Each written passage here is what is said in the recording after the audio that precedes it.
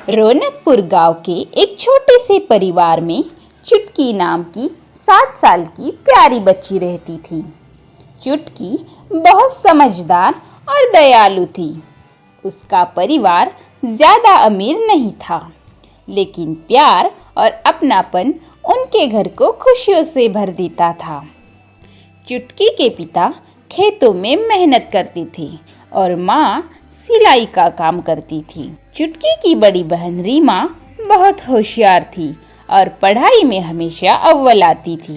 परिवार को रीमा से बड़ी उम्मीदें थी कि वो पढ़ लिख कर कुछ बड़ा करेगी। एक दिन रीमा के स्कूल में कलाकृति की घोषणा हुई।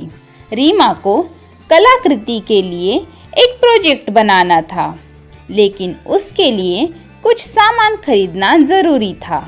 तो उसने पिता से कहा, पिताजी मुझे कुछ पैसों की ज़रूरत है। तब पिताजी ने कहा, बेटा अभी खेत में फसल खराब हो गई है, पैसों की थोड़ी दिक्कत है, अगले महीने तक इंतजार कर लो। रीमा उदास हो गई, लेकिन उसने समझदारी से सिर झुका लिया। चुटकी को अपनी बहन की उदासी देखी नहीं गई। उसने सोचा कि वो कुछ न कुछ जरूर करेगी। चुटकी ने अपने खिलौनों और गुल्लक निकाले। उसने देखा कि गुल्लक में सिर्फ 50 रुपए थे, जो काफी नहीं थे।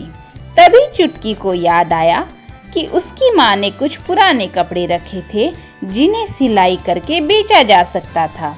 चुटकी ने माँ की सिलाई मशीन पर मेहनत की और छोटे छोटे रुमाल और थैले तैयार किए। फिर वो उन्हें गांव और मेले में बेचने निकल पड़ी।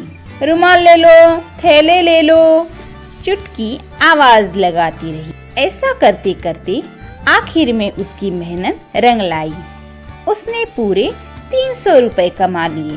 चुटकी ने खुशी खुशी पैसे माँ को दिए और कहा, माँ ये पैसे रीमा दीदी के प्रोजेक्ट के लिए है। ये बात सुनकर माँ की आंखों में खुशी के आंसू आ गए और उन्होंने चुटकी को गले लगा लिया। जब रीमा ने ये सुना तो वो दौड़कर चुटकी के पास आई और उसने प्यार से उसे गले लगा लिया। चुटकी, तू तो मेरी सबसे प्यारी बहन है। उस कलाकृति में रीमा का प्रोजेक्ट पहला आया।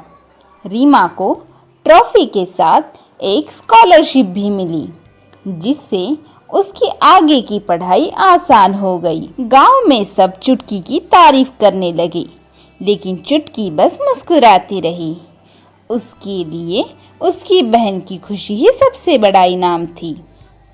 तो आज का हमारा सवाल है कि इस कहानी में आपको सबसे अच्छी बात कौन सी लगी?